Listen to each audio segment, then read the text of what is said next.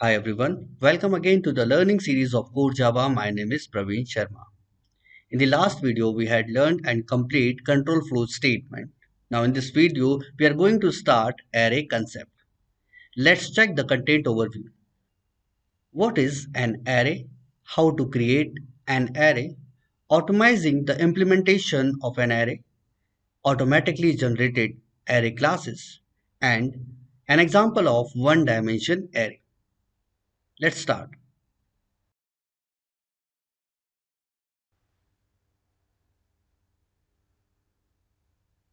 Start करते हैं array. तो point number 1, what is array? In Java, array is an object of dynamically generated class. array एक object है dynamically generated class का. Next है array में हम same data type के elements ही रख सकते हैं, वो भी fixed in size. array के elements contiguous memory location में store रहते हैं, यानी कि एक के बाद एक element store रहेंगे. एरे बेस्ड ऑन इंडेक्सिंग, तो फर्स्ट एलिमेंट 0 इंडेक्स पे स्टोर होगा, लास्ट एलिमेंट साइज -1 इंडेक्स पे. अगर यूजर ने एरे के एलिमेंट्स को इनिशियलाइज नहीं किया है, तब JVM एरे एलिमेंट्स को इनिशियलाइज करता है विद इट्स डिफॉल्ट वैल्यूज. अगर इंट डेटा टाइप का एरे बना है तो डिफॉल्ट वैल्यू होगी 0. फ्लोट और डबल डेटा टाइप से एरे बना है तो 0.0. अगर बुलियन एरे है और डिफॉल्ट वैल्यू बुलियन की होगी फॉल्स. तो इसी तरीके से और भी डिफॉल्ट वैल्यूज है जो आगे हम देखेंगे. नाउ अब देखते हैं हम how to create an array. तो एरे को क्रिएट करने की कुछ स्टेप्स हैं. स्टेप नंबर 1, जिसको कहते हैं हम एरे डिक्लेरेशन. यहां पर आपको एरे ऑब्जेक्ट को डिक्लेयर करना पड़ता है, जैसे कि यहां पर लिखा int one dimension array then object of an array. यहां पर हमने एरे डिक्लेयर किया है. A is a reference object of int one dimension array.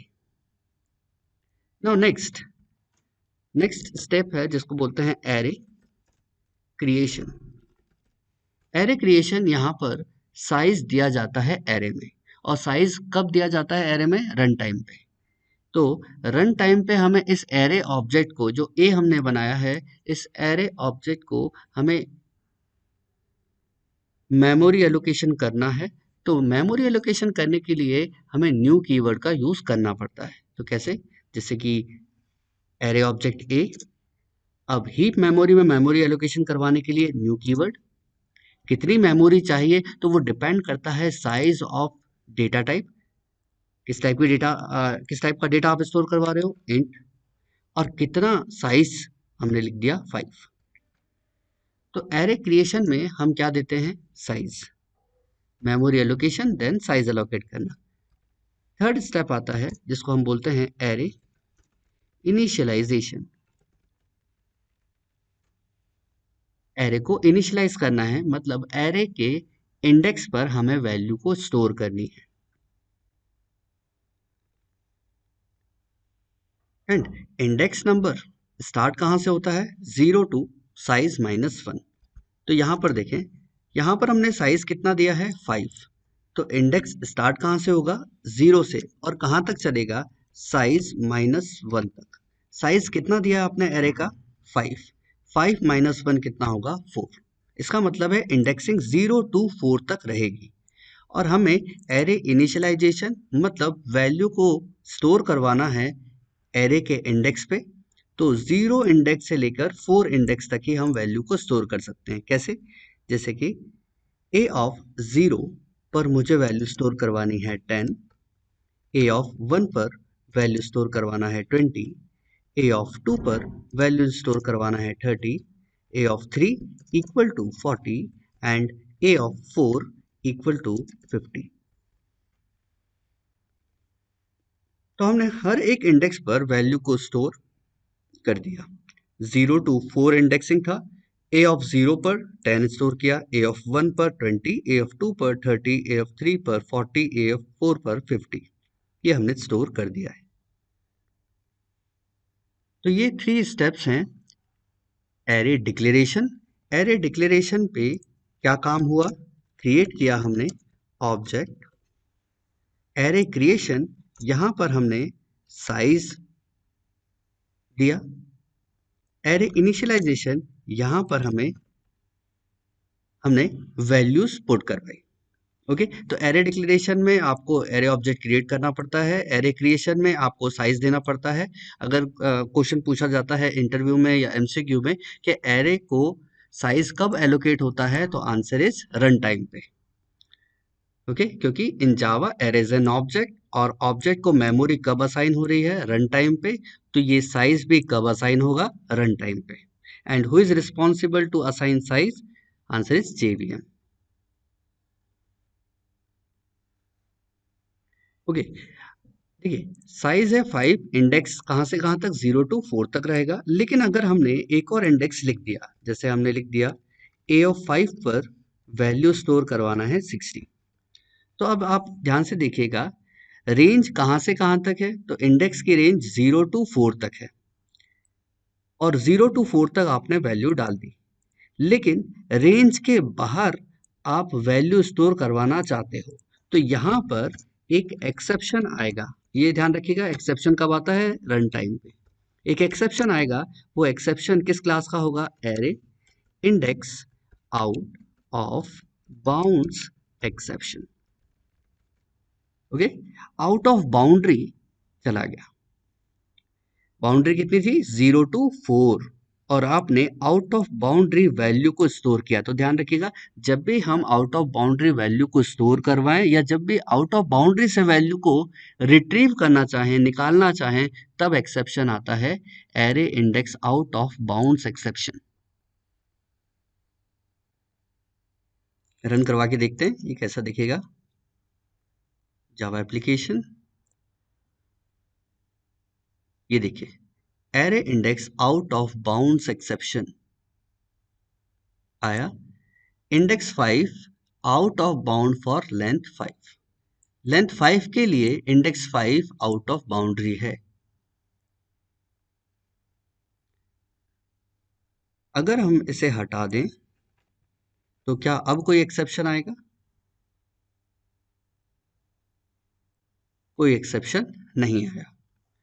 कुछ आउटपुट क्यों नहीं आ रहा, क्योंकि हमने कुछ प्रिंट नहीं करवाया, इसलिए कोई एक्सेप्शन अभी सॉरी कुछ आउटपुट हमें शो नहीं हो रहा है। आउटपुट आपको शो करवाना है तो स्टेप नंबर 4 जिसको कहते हैं हम एरे ट्रैवर्सिंग। एरे ट्रैवर्सिंग यहां पर क्या काम होता है, रीड करना एलिमेंट्स को। देखिए एलिमेंट्स कौन कौन से हैं, 10 20 30 40 50, ये एलिमेंट्स हैं। एलिमेंट्स को मुझे रीड करना है तो इसको हम क्या बोलते हैं, एरे ट्रैवर्सिंग। तो रीड करना है, अब रीड कैसे कर सकते हैं, तो हम लूप का यूज करेंगे रीड करने के लिए।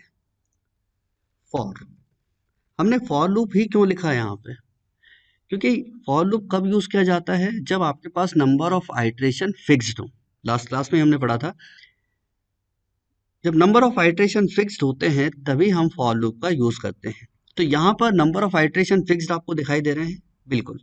यहाँ पर साइज कितना है 5, इसका मतलब है हमें पता है कि इस लूप में सभी डेटा को रीड करने के लिए हमें 5 आइट्रेशन परफॉर्म करने होंगे, तो हमें ये पहले से ही पता है।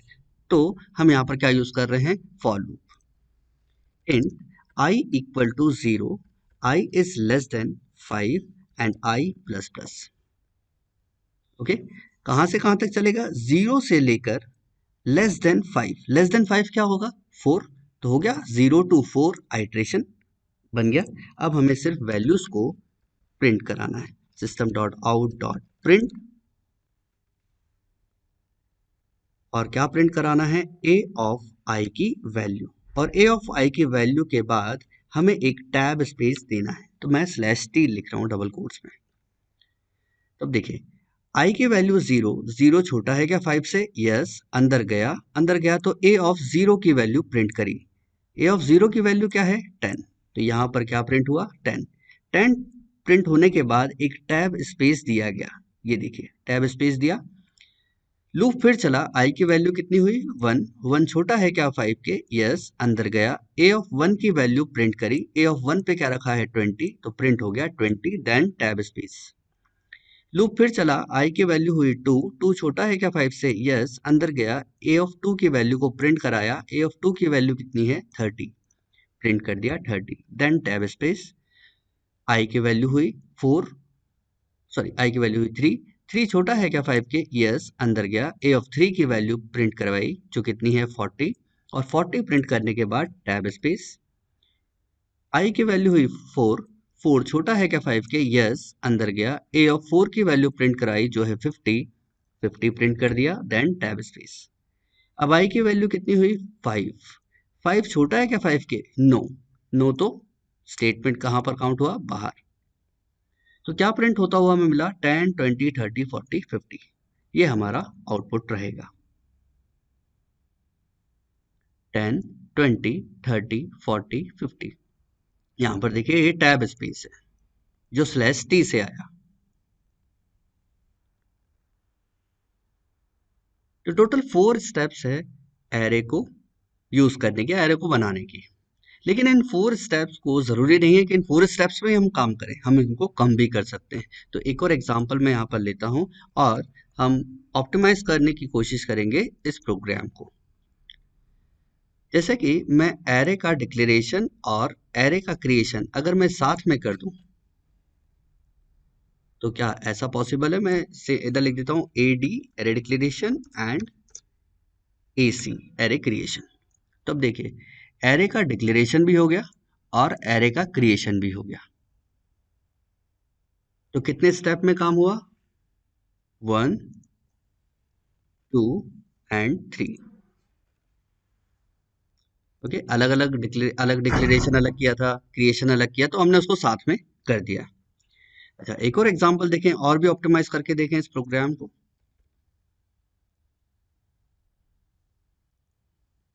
तो यहाँ पर इनिशियलाइजेशन भी अगर मैं साथ में कर दूं, तो इनिशियलाइजेशन कैसे? मैं यहाँ पर लिख देता हूँ पहले तो array declaration, array creation and array initialisation. Curly bracket on and off. अब बस यहाँ पर आपको वैल्यूज लिखनी है 10, 20, 30, 40, 50। टोटल कितनी वैल्यूज आपने डाली है, कितने एलिमेंट्स आपने लिखे हुए हैं? 5। 5 एलिमेंट्स आपने दिए हुए हैं, इसका मतलब साइज भी कितना हुआ 5। तो क्रिएशन भी हो गया, इनिशियलाइजेशन मतलब वैल्यू भी स्टोर कर दी, डिक्लेरेशन मतलब एक एरे वेरिएबल डिक्लेयर भी कर दिया। तो यहाँ पर एरे का डिक्लेरेशन, क्रिएशन और इनिशियलाइजेशन एक ही लाइन में हो गया। एंड सेकेंड एरे ट्रेवर्सिंग हुआ। तो आप ऑप्टिमाइज कर सकते हो। अच्छा, और ऑप्टिमाइज कर सकते हैं क्या? नहीं, अब ऑप्टिमाइज नहीं कर सकते क्योंकि हमें रीड करना है, तो अलग से हमें रीड करना ही पड़ेगा।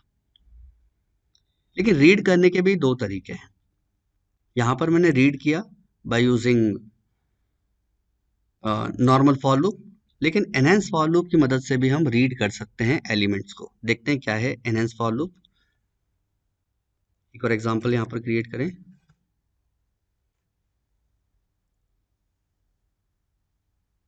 Enhance for loop normal for loop से थोड़ा सा अलग है।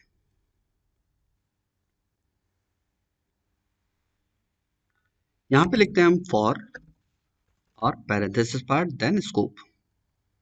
जो पैरेंथेसिस पार्ट है यानी कि जो ब्रैकेट है, उस ब्रैकेट को दो पार्ट में डिवाइड किया गया बाय यूजिंग कॉलम। कॉलम के राइट हैंड साइड में लिखा जाता है सोर्स और कोलोन के लेफ्ट हैंड साइड में लिखा जाता है डेस्टिनेशन। मतलब कहां से वैल्यू लानी है और वो वैल्यू किसे देनी है। तो सोर्स कहां से हमें एक एक करके वैल्यू लानी है, वो है ए।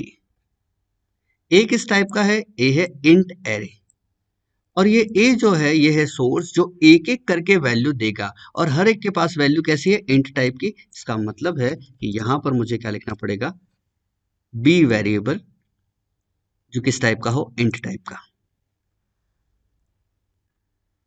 तो ए एक एक करके वैल्यू किसको प्रोवाइड करता जाएगा? बी को, और बी उस वैल्यू को यूज कर लेगा अपने अंदर। तो मैं यहां पर यूज करने के लिए मैं सिर्फ प्रिंट कर रहा हूं। तो देखें ए। सबसे पहले इंडेक्स 0 की वैल्यू ऑटोमेटिकली कहाँ स्टोर हुई? ए में। और इंडेक्स 0 की वैल्यू जो है 10, ए ने किसको दे दिया 10? बी को। बी अंदर लेके गया और प्रिंट कर दिया 10। नाउ नेक्स्ट, अब ए ऑटोमेटिकली इंक्रीमेंट हो गया बाय 1, तो 1 इंडेक्स पे वैल्यू कौन सी है? 20। ये 20 ए ने उठाया और इस 20 को किसको दे दिया? बी को। तो बी अंतर इस 20 को यूज कर रहा है तो प्रिंट कर दिया 20। ऑटोमेटिकली इंक्रीमेंट हो गया बाय 1, तो ए का इंडेक्स अब कितना हो गया? 2। 2 इंडेक्स पे जो भी वैल्यू है ए ने किसको दे दिया? बी को। और बी अंदर जाके उस वैल्यू को यूज कर रहा है, प्रिंट कर दिया 30। ए की वैल्यू ऑटोमेटिकली इंक्रीमेंट हुई। इंडेक्स 3 की वैल्यू जो कितनी है? 40। और ये 40 ए ने किसको दे दिया? बी को। बी अंदर लेके गया और प्रिंट कर दिया 40। सेम ऐसे ही 50। तो 10, 20, 30, 40 ये लाइन चेंज होके आपको दिखेगा। तो एक एक करके वैल्यू एलिमेंट या एक एक करके वैल्यू अनदर वेरिएबल को प्रोवाइड करता है और वो वेरिएबल उस लूप के अंदर से यूज कर सकता है। तो 10, 20, 30, 40, 50 मैंने ln लगाया है इसलिए लाइन चेंज हो रही है। तो ये एग्जांपल है एरे ट्रेवर्सिंग का दूसरा टाइप। पहला टाइप आप नॉर्मल फॉर लूप यूज कर सकते हो और दूसरा टाइप है कि एनहेंस फॉर लूप यूज कर सकते हो। अच्छा, दोनों में डिफरेंस क्या है? देखिए, नॉर्मल फॉर लूप को आप फॉरवर्ड डायरेक्शन में यानी कि इंक्रीमेंट ऑर्डर में और डिक्रीमेंट ऑर्डर में आप चला सकते हो, लेकिन जो एनहेंस फॉर लूप है वो हमेशा फॉरवर्ड डायरेक्शन मतलब इंक्रीमेंट ऑर्डर में ही चलेगा, आप इसको रिवर्स नहीं चला सकते। तो ये एक डिफरेंस है। दूसरा है, हम manipulation easily normal for loop में कर सकते हैं, लेकिन यहां पर एनहेंस फॉर लूप में मैनिपुलेशन या डेटा का मैनिपुलेशन हम नहीं कर सकते। तो ये डिफरेंस है नॉर्मल फॉर लूप और एनहेंस फॉर लूप का। तो सर ये बनाया क्यों गया? तो इसीलिए क्योंकि जब हमें सिर्फ फॉरवर्ड डायरेक्शन में वैल्यू को दिखाना है या वैल्यू को निकालना ही है तो हम एनहेंस फॉर लूप का यूज करें। अगर आप उसमें कुछ ऑपरेशंस परफॉर्म करना चाहते हो तो you can go with normal for loop.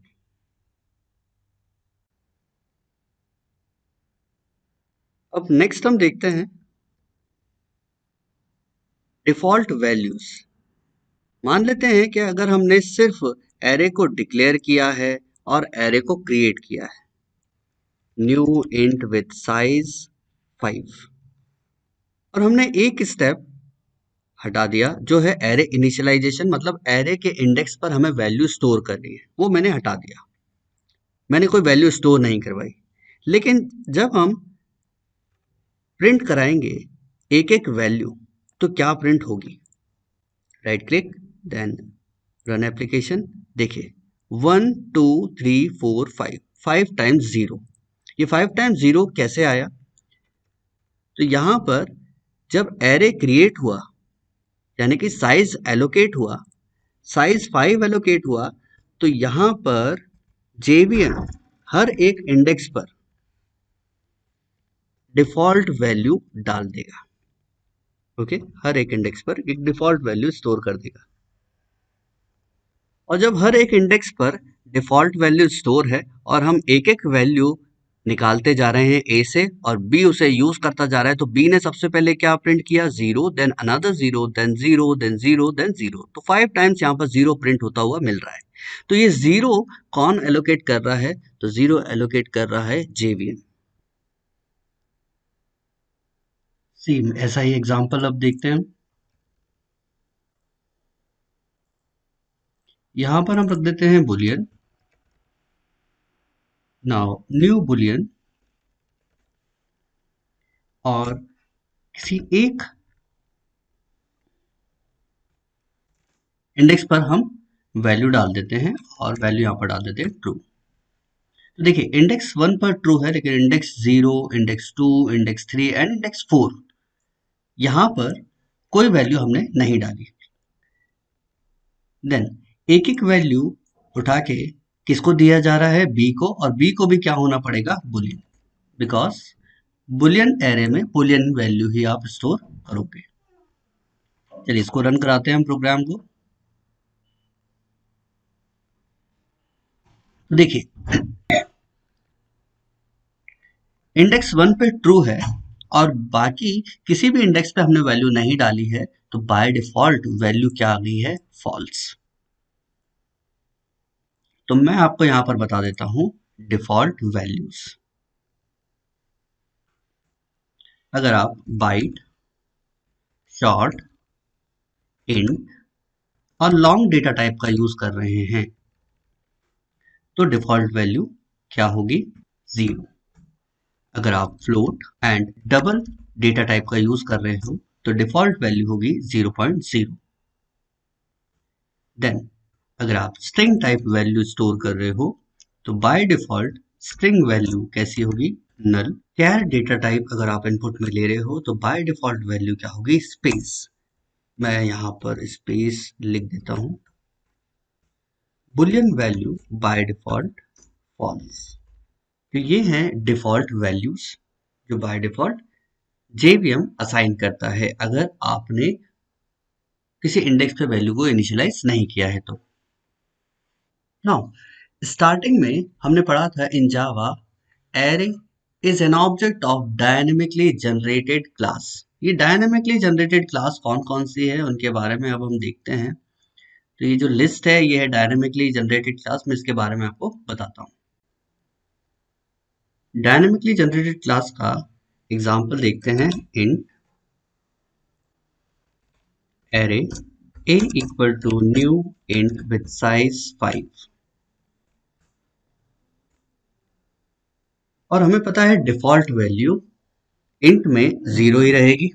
Now print करवा देते हैं हम value, system dot out dot print value, print the value of a of 0 index। तो 0 इंडेक्स पे क्या स्टोर होगा, 0 ही, क्योंकि डिफॉल्ट वैल्यू इंट की क्या रहेगी, 0।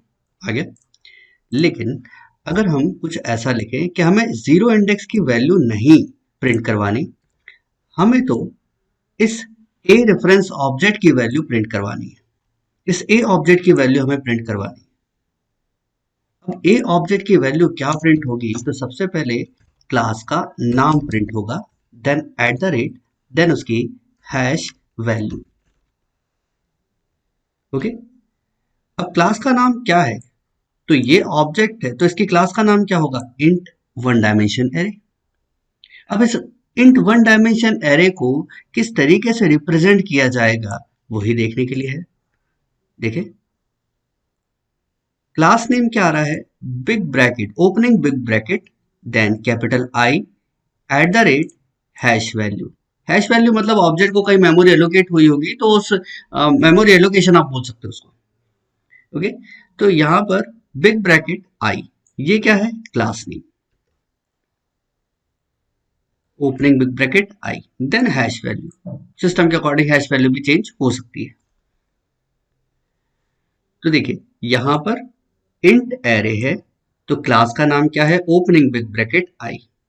और अभी जो मैंने आपको बताया था कि अगर आप int one dimension array use करोगे तो उसकी करस्पॉन्डिंग क्लास का नाम क्या है, ओपनिंग बिग ब्रैकेट आई।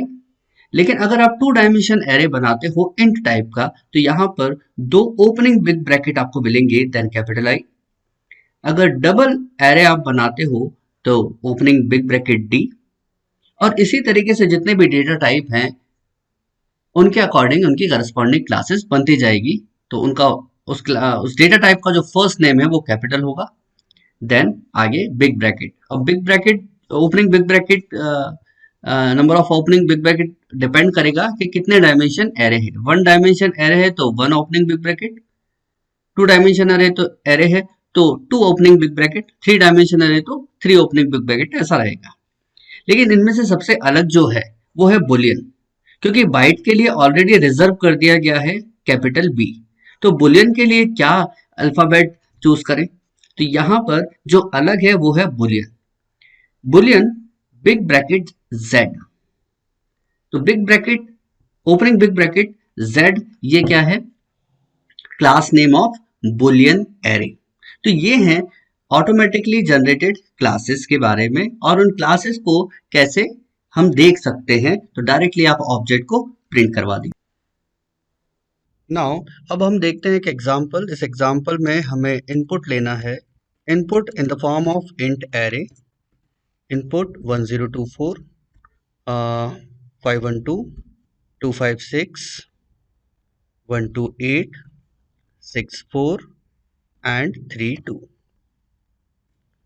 तो आउटपुट हमें चाहिए होगा एक इनपुट, अच्छा आउटपुट जो आएगा वो इनपुट एरे में आएगा, और इनपुट एरे में वैल्यू कैसी होनी चाहिए, 14 52 26 128 64 एंड 32 18।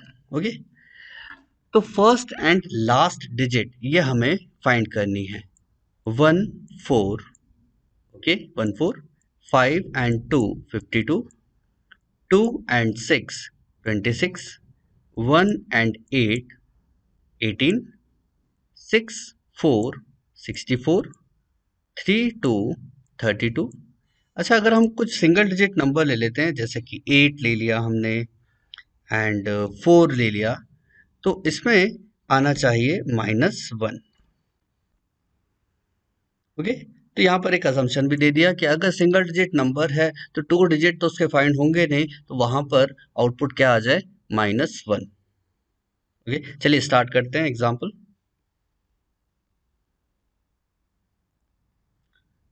तो इस प्रोग्राम को मैं स्कैनर क्लास का यूज करके क्रिएट करूंगा। Scanner sc equal to new scanner system dot in. Import करा लेते हैं स्कैनर क्लास को। ना अब हमें साइज चाहिए, तो मैं सबसे पहले प्रिंट करा लेता हूँ system dot out dot print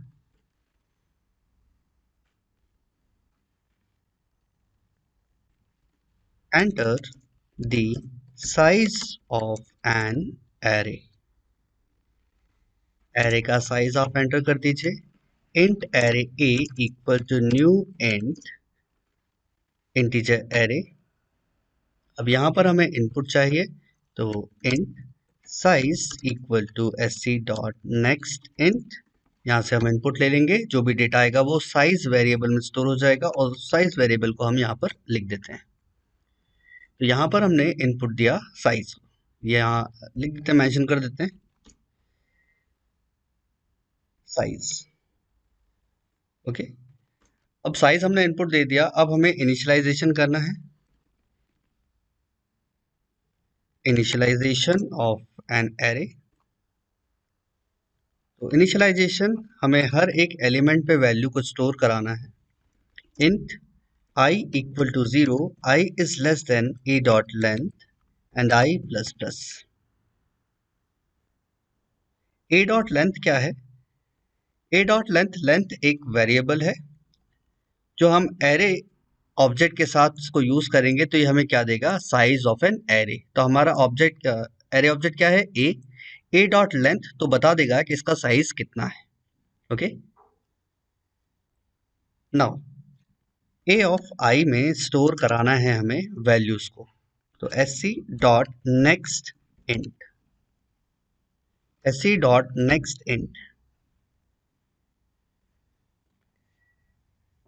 यहां से हम वैल्यू को स्टोर करवा सकते हैं। वैल्यू का इनिशियलाइजेशन भी हो गया। अब आते हैं नेक्स्ट पार्ट पे। नेक्स्ट पार्ट है कि हमें ट्रैवर्सिंग करनी है वैल्यूज की, और एक एक वैल्यूज हमें रिजल्ट एरे में स्टोर करवाना है। तो यहाँ पर हम जो हमारा ऑपरेशन है वो परफॉर्म करेंगे। इंट एरे res, रिजल्ट के लिए मैं res नाम ले रहा हूं। न्यू इंट विथ साइज जितना a का लेंथ है। ओके, या तो यहाँ साइज वेरिएबल भी आप लिख सकते हो, या तो a डॉट लेंथ लिख सकते हो। सेम यहाँ पर भी फॉर लूप में भी। ओके, अब ऑपरेशन में सबसे पहला हमारा क्या था कि हम एक रिजल्ट एरे बनाए, और उसके अंदर first element and last, sorry element का first digit and last digit को हम स्टोर करवाएं।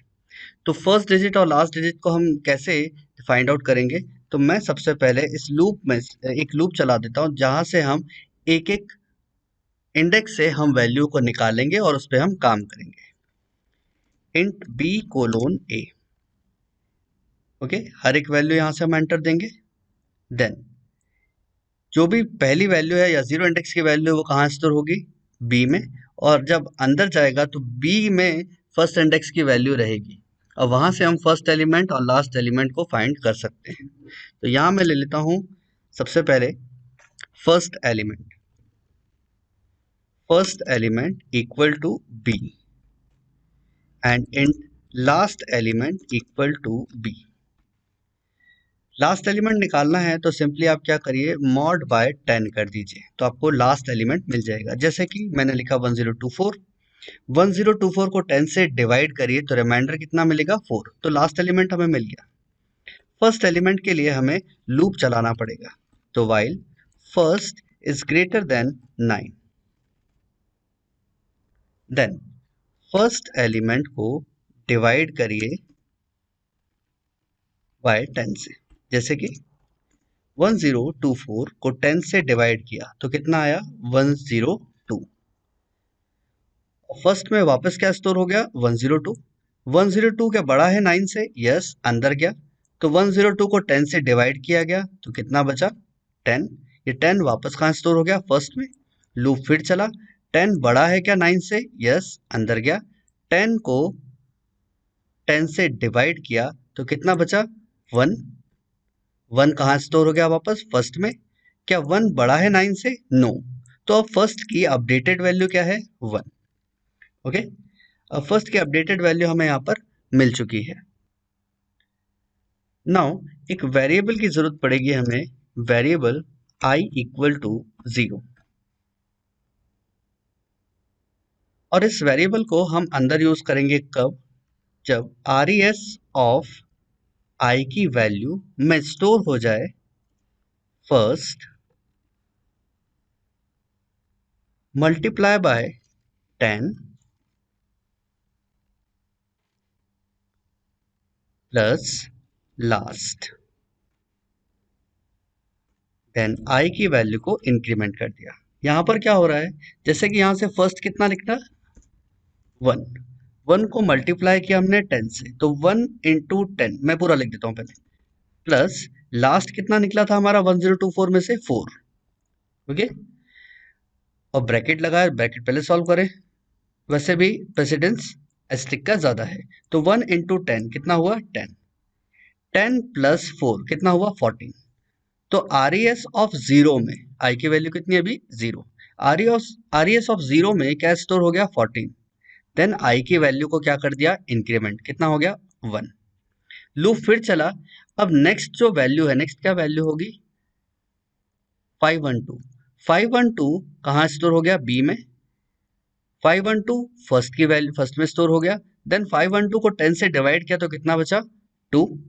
सॉरी, डिवाइड करने के बाद रिमाइंडर कितना बचा, 2। तो लास्ट कितना आया, अगर हमने डिजिट नंबर दिया है 512, ओके, तो 2 बचा यहाँ से। देन 512 को 512 बड़ा है क्या 9 से, यस, अंदर गया तो 51 निकला। देन 51 बड़ा है क्या 9 से, यस, अंदर गया तो 5 निकला। 5 बड़ा है क्या 9 से, नो। तो फर्स्ट कितना हुआ, 5, और लास्ट कितना हुआ, 2। तो 5 मल्टीप्लाई बाय 10 प्लस 2, तो 5 मल्टीप्लाई बाय 10 कितना होगा, 50। 50 प्लस 2 52। ओके, ऐसे चलता जाएगा। अब हमें क्या कराना है, प्रिंट कराना है रिजल्ट को। तो सिंपली आप एनहांस फॉर लूप का यूज करिए, int c colon res and print करा देते हैं हम system dot out dot print the value of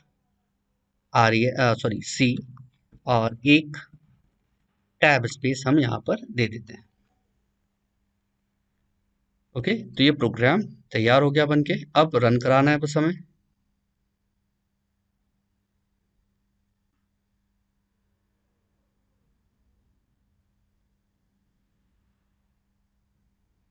enter size of an array, तो यहाँ पर लिख देते हैं 5।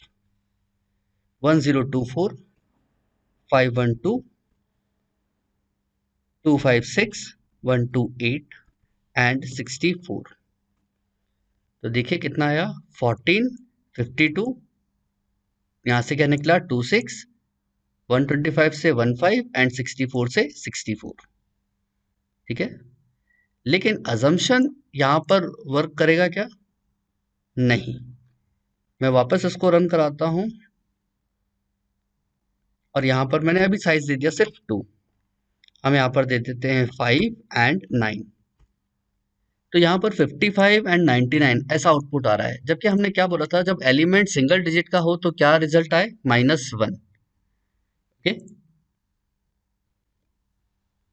सिंगल डिजिट के लिए एक हम मेथड क्रिएट कर देते हैं, public static int count int num।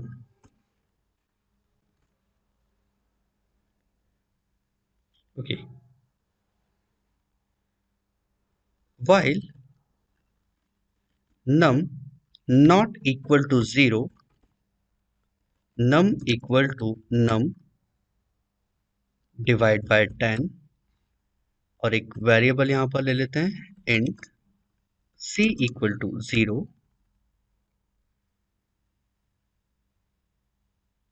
And c plus plus, और रिटर्न कर देते हैं वैल्यू ऑफ c को। c मतलब काउंट। जैसे कि नंबर यहाँ पर कितना है 4, 4 नॉट इक्वल टू 0, यस अंदर गया, तो 4 को 10 से डिवाइड किया तो कितना हुआ 0, नम की वैल्यू कितनी हुई 0, काउंट कितना हुआ 1, 0 नॉट इक्वल टू 0 फॉल्स, तो बाहर आया, तो c की वैल्यू जो कितनी है 1 वो रिटर्न कर देगा। अब 1 रिटर्न कर दिया, उसके बाद यहाँ पर हम चेक करवा लेते हैं इफ,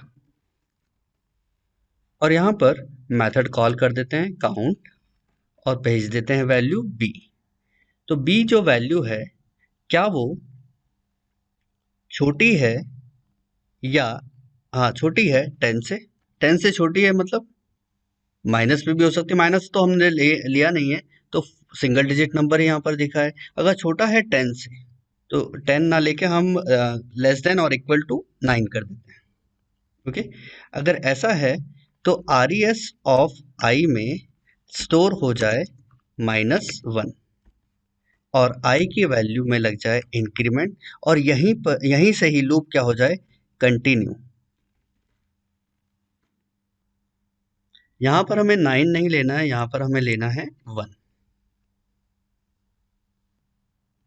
क्योंकि हमें नंबर ऑफ डिजिट काउंट करने हैं।